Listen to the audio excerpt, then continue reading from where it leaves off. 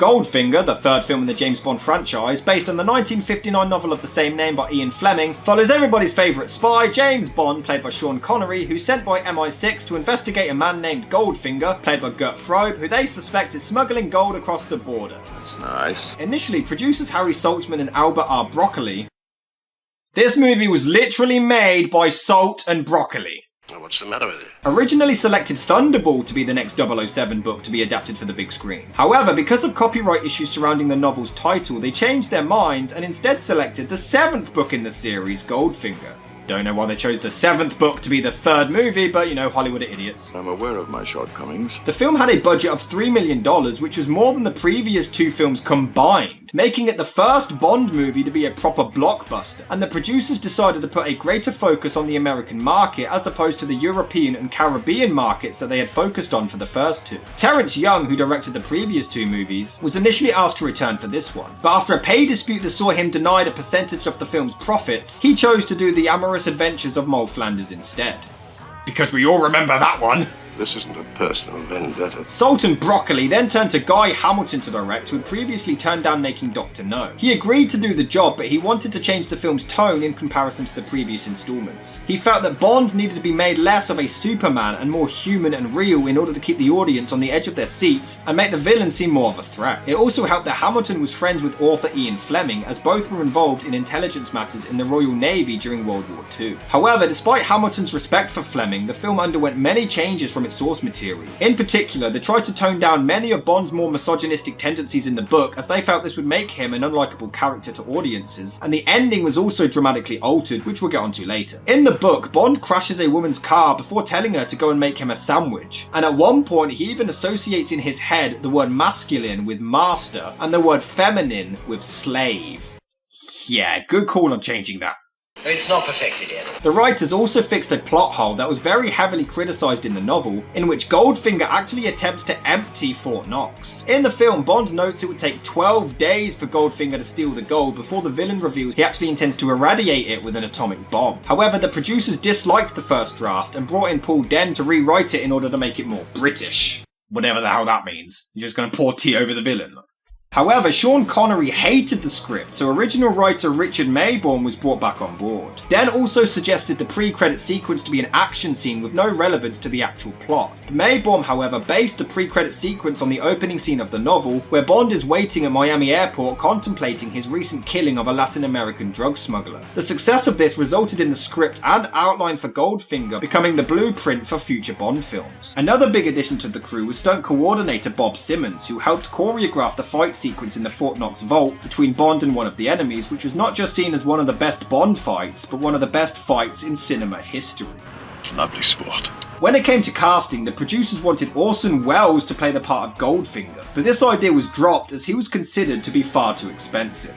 Yet they could get him in the Muppets. Yes, of course. However, when they cast Gert Frobe, he kept trying to increase his salary and even demanded 10% of the film's profits, at which point the producers wondered if Welles would have actually been cheaper after all. And Lord knows we've tried. Frobe himself actually hated working on the movie, as he couldn't speak English very well, so the director told him to speak all of his lines as quickly as possible and then had his voice dubbed by British actor Michael Collins. In addition, Frobe hated the fact that following the release of the movie, he was almost always typecast in villainous roles. I'm a big man and I have a laugh to match my size. The ridiculous thing is that since I played Goldfinger in the James Bond film, there are some people who still insist on seeing me as a cold, ruthless villain, a man without laughs. Oh, thank you very much. Principal photography on Goldfinger commenced on January the 20th, 1964 in Miami, Florida, but because many of the actors were working various jobs in different locations, very few of them were actually shot on location in Miami. So filming was relocated completely to Pinewood Studios in England. But shock horror, there are loads of problems behind the scenes. When filming the iconic fight, Sean Connery ended up badly hurting his back, which delayed filming for several weeks, and it's often rumoured that he used this injury to get a better salary from the producers for the next few movies. Crafty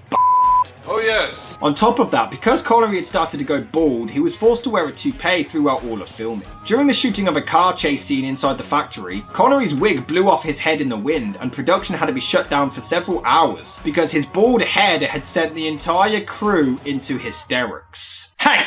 There is nothing funny about bald people! Look who's talking. The producers also gained permission to film in the Fort Knox area from the US military, but not all went exactly as planned. For the scene where a gang gasses some soldiers, the military would only allow the pilots to fly above 3,000 feet. However, this height made it difficult to catch the planes on camera, so the director instead had them fly at about 500 feet, and by his own admission, the military went absolutely ape.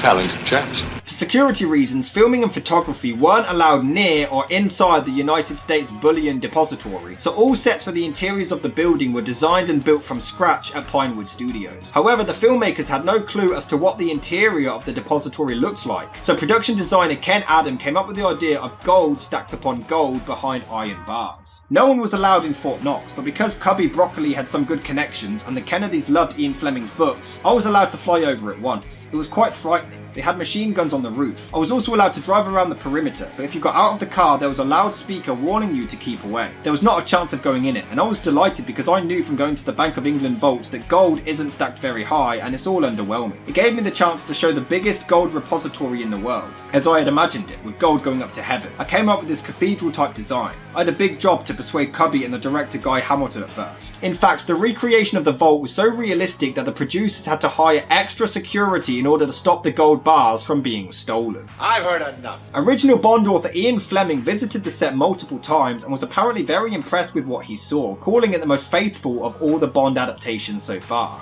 I thought they said they were changing stuff from the book. Unfortunately, he died just a week after his final visit to the set, and he never saw the completed film. After 19 weeks of shooting, Goldfinger finally finished production on July the 11th, 1964, before being released on September the 18th that same year, and was obviously a huge success. On a budget of $3 million, the movie grossed an insane $125 million, making it the third highest grossing that year, only behind Mary Poppins and My Fair Lady, and it received mostly positive reviews. Yes, thanks. The film went on to win the Academy Award for Best Sound Mixing, and for 48 years it remains the only Bond movie to win an Oscar until the release of Skyfall in 2012. How, may I ask? Firstly, I would like to clarify that I am not a James Bond fan.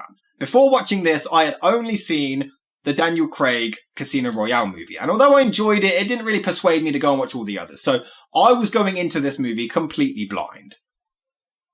That being said, I do adore the James Bond theme. It's brilliantly composed, and I've always loved this opening shot. It gives me chills every time. It's just great. But man, Sean Connery is just so cool. Look at this. There's a plane leaving for Miami in an hour.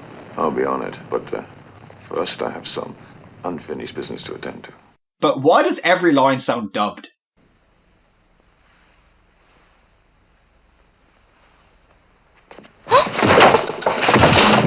She deserved it. I mean, think about it. This movie has balls. This is in the 60s. And a man just hit a woman. Jesus. The hell's he trying to do? Jesus Christ. That was awesome. Shocking. Ah, you killed it. Then he just casually leaves. And that's when we hear the iconic titular song, and it is incredible, man. It's so strong and powerful and really gets you in the mood for some 007. Goldfinger! You must be slipping, 007, letting the opposition get that close to you. Way to loudly use his code name in earshot of loads of civilians. I don't know, maybe his blatantly obvious green screen will block out their hearing. So Goldfinger plays people at cards, but little do they know he has a young lady up on a balcony helping him out. And somehow nobody notices his blatant, obvious earpiece. But this is brilliant. Bond literally sneaks into Goldfinger's room and steals his woman. / helper. Bond, you little slut. I mean, Goldfinger is a bad guy, so I guess he deserves it.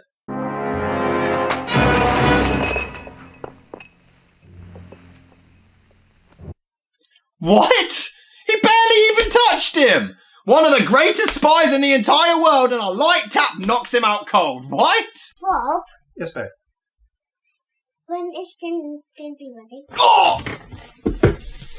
Ah! Ah! But James awakens to find the woman painted gold. Okay, I'm sorry, I'm not taking this seriously. It just looks ridiculous. Got King Midas over there. I'm more concerned with the fact that they knocked Bond out and then took the time to casually paint a woman in the next room. What if he woke up? Oh, my head. Whoever did that is in for a world of pain. Huh? It's not what it looks like. Now, if you take the top off, you'll find a little red button. Whatever you do, don't touch it. Well, I'll just have to push it right then and there. There is a really cool moment where Bond meets Goldfinger face to face, and obviously he knows who he is, but it's unclear whether or not he knows who Bond is. Although, wouldn't Goldfinger have recognised Bond's voice from the phone earlier? And how come Bond never even considers this a possibility and doesn't even attempt to disguise his voice? Oh, you must excuse Oddjob, Mr. Bond. He's an admirable manservant, but mute. He's not a very good caddy. Oddjob. We got Oddjob and Goldfinger. This sounds like a CBB special. And they treat Goldfinger like it's his real name. Gee, isn't it helpful that he grew up becoming obsessed with gold? What are the chances? The golf scenes do go on for quite a while, but surprisingly it never gets boring. It is actually quite soothing and relaxing to watch. And it ends with Bond cheating to win with a spare ball. Again, the dude's a pillock, he deserves it. Jesus Christ, beware of the hat! Gotta be extra careful when putting on a hat stand.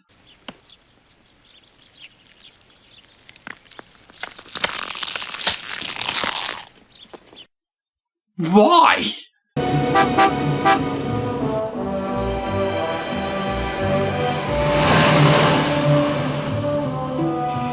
I haven't had sex in like 20 minutes. Get back here, girl. Wow, she has terrible aim. This is why girls don't play video games. Jesus Christ, he knows how to woo a girl, doesn't he? Nearly causes her to crash and die just to get a date. His dick is doing a whole lot of thinking on this trip. And she doesn't even bat an eye. It's not like she even notices what he's done and calls him out on it. No, she just sees the burst tyres, not the wreckage he clearly caused to the side of a car. What the hell are you doing here? What the hell are you acting here? I want to kill him! Kill who? Goldfinger! Well, I want him alive. I want him dead. He killed my sister. My God, she's awful! Who approved her for this movie? Tommy Wiseau?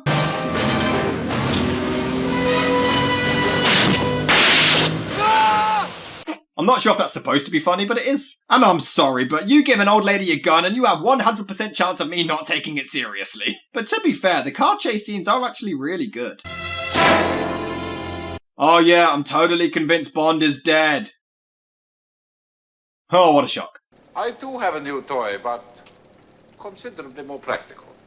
You are looking at an industrial laser. A laser. And this apparently is a running gag in the franchise, but the villain explains his entire plan to the hero. Why would he do this? But then he switches on the world's slowest moving laser to kill him. And fun fact for you, this is actually the first ever movie in history to show a laser beam on screen. Anyway, back to the killing. This is gold, Mr. Bond. All my life I've been in love with its color. And it perfectly matched my name. What the f*** are the odds? You're forgetting one thing. If I fail to report, 008 replaces me. I trust he will be more successful.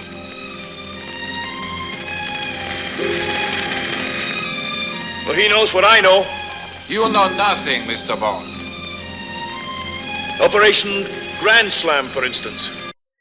Isn't the fact that you know information about him more of a reason to kill you? 2 words you may have overheard, which cannot possibly have any significance to you or anyone in your organization. Can you afford to take that chance? But then he'd want you dead. This makes no sense. He even shuts the laser off and agrees. What? How does this work? He knows your plans. He's seen you and your accomplice's faces. He has all this information and you just let him live? This is ridiculous. Who are you? My name is Pussy Galore. She didn't say that. My name is Pussy Galore. One more time. My name is Pussy Galore. Seriously? Salt and Broccoli, Goldfinger, Oddjob, and Pussy Galore. What is with these names? Is this a parody film? This sounds like something Austin Powers would do. This is my Italian confidential secretary. Her name is Alata. Alata for China. But that was a parody! That was a spook! This is the real movie! I expect that from a comedy! What the hell? I thought I'd wake up dead. How the hell do you wake up dead? But he's immediately entranced by Pussy Galore. I I was hoping you'd say that. But she seems to be the only woman who can withstand his charm. So they put him on a plane to the States, but he seems to be hatching a plan. It is quite clever as he gets changed and blocks all attempts to spy on him. He is a pretty smart character. And this isn't a tranquilizer. Now, Pussy, you know a lot more about planes than guns. That's a Smith & Wesson 45. If you fire at this close range, the bullet will pass through me and the fuselage like a blowtorch through butter. The cabin will depressurize and we'll both be sucked into outer space together. He's such a charming and smooth-talking dude. Sean Connery was the man. He'll be very glad to see you, too. You like close shaves, don't you? Alright, that was a clever line. Okay, who the hell made the banner Pussy Galore's Flying Circus and took it seriously? Goldfinger, I made a delivery. Where is my money? Where is my acting coach? So of course Bond tricks the guard by ducking out of view and then somehow climbing up and hiding on the ceiling. What, James Bond is Spider-Man now? The underworld will rock with applause for centuries. So, why did they keep him alive again? Still trying to find a viable reason. I got nothing. Tomorrow at dawn, the flying circus of my personal pilot, Miss Pussy Galore. How does he say that with a straight face? The flying circus of my personal pilot, Miss Pussy Galore. So she trips Bond up, somehow not alerting anyone nearby. Pussy. How are you all saying that without laughing? And why is Bond still alive?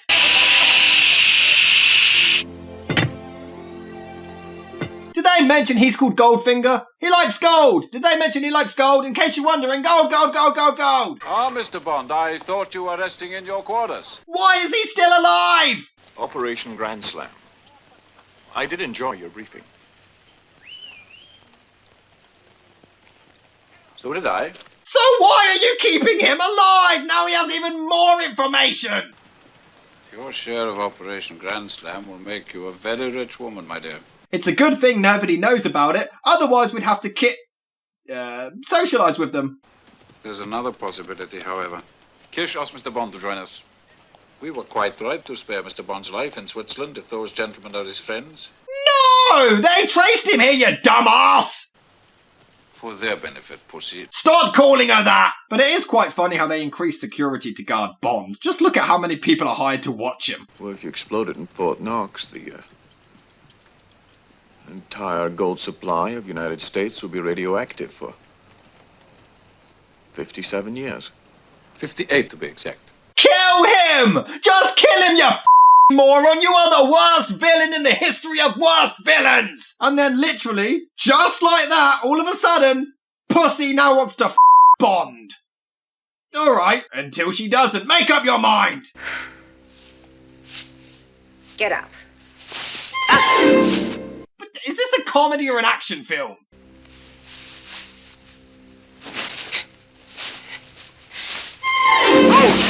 Is this the Looney Tunes? Now let's both play.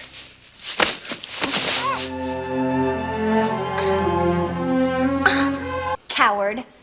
Moron. I hate you! I hate you! But hey, we gotta tie that laser back into the storyline somewhere. I mean, it's clearly nowhere near as slow as it was earlier, but it's still slow. Each one of them search the girl. I'll get her. You get it all open. And then we must seek out Pussy. We must get Pussy. The hell was that? The shootout scene does look pretty good. Though when Oddjob throws someone over a balcony to their death, the limitations of effects are obvious, but the film itself is so cheesy it kind of works. And I don't think it's supposed to be funny, but as Bond tries to escape, why isn't he dead? Oddjob takes forever to get down the stairs to stop him. I guess Oddjob is Superman! And the fight is entirely silent. Say something! What is this? Night of the Living Dead? Okay, that is hilarious. Why is he smiling like that? For its time, it's pretty good, but it really hasn't aged very well. The choreography is awful. It looks so obviously fake. They're either blatantly throwing themselves into the walls, or it's obviously sped up, or they're clearly deliberately stopping themselves from hurting the other actor. Stop smiling! You look like a fat kid who just walked into a McDonald's. You're in a fight for your life. Act like it!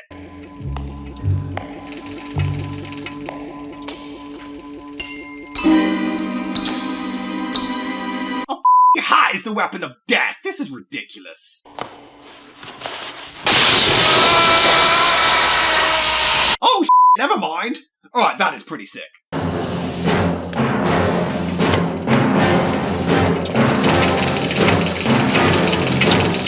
Some days you just can't get rid of a bomb. Oh yeah, sure. The gold can crack over this case, but not even harm Oddjob a tiny bit. And this is another movie where the timer lasts a lot longer than it says on the clock. Why do we have to cut these things so damn close? It is quite a nice touch that it gets stopped at 007 seconds though. 3 more ticks and Mr. Goldfinger would have hit the jackpot. What? Did Bond fail maths class? I mean, originally the clock was going to stop with 3 seconds to spare, but they went back and changed it for the in-joke that it lands on 007, but they didn't take out this line, so this line makes no sense. You okay, James? Where's your butler friend? Oh, he blew a fuse. Oh, stop with the dad jokes! They're not cool one-liners! Did you get him? Not yet, but he won't get far. And Pussy? She's not called Pussy! Are you having lunch at the White House too? In 2 hours, I shall be in Cuba. Ah, with Tupac. And you have interfered with my plans for the last time, Mr. Bond. So why haven't you killed him already? Okay, I need to calm down. Especially because this is immediately followed with one of the funniest scenes in movie history. Brace yourselves. Deep breaths. Are you ready?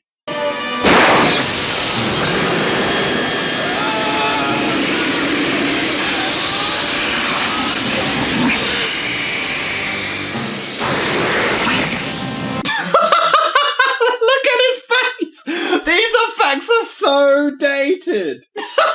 This is the Looney Tunes. Look, I know it was decent for its era, and I respect it for the time it came out, but it just looks funny now, alright? Yeah, I'm pretty sure with the window smashed open, you'd both be dead by now. You can't just carry on flying. For someone who uses statistics about planes a lot, you don't seem to know anything.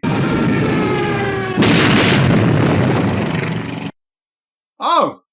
Okay, I didn't see that coming. So, Bond is dead and... This is no time to be rescued. Wait, they're still alive? How? Look! One more time. And they just walk out completely unscathed. Are they Shane McMahon? And then the movie just kind of ends. It's just so out of nowhere, it's ridiculous. This is actually vastly different from the book. In the novel, it was actually Oddjob who died from being sucked out the plane window rather than Goldfinger. Still would have been hilarious, especially if he was doing that smile. Don't be a fool! So how did Goldfinger die in the book? Bond beat him to death. Yep. No fancy gadgets, no witty one-liners. Bond just kept hitting him in the face over and over again until he stopped breathing. Kind of takes the charm away now that I think about it. He's quite mad, you know. The movie is actually a great introduction to the franchise for me. Sure, a lot of the plot doesn't always add up, like why the f*** he's left to live? But Connery is such a suave and badass protagonist. He steals the show, and Pussy Galore Remarkable. is also a great performance. The action is great, and although it's cheesy, it's certainly a product of its time, and it works for the Bond style back then. You can see why the series was taking off and was so successful, and still is to this day. If you've never seen a Bond movie, this actually is a pretty good one to start with.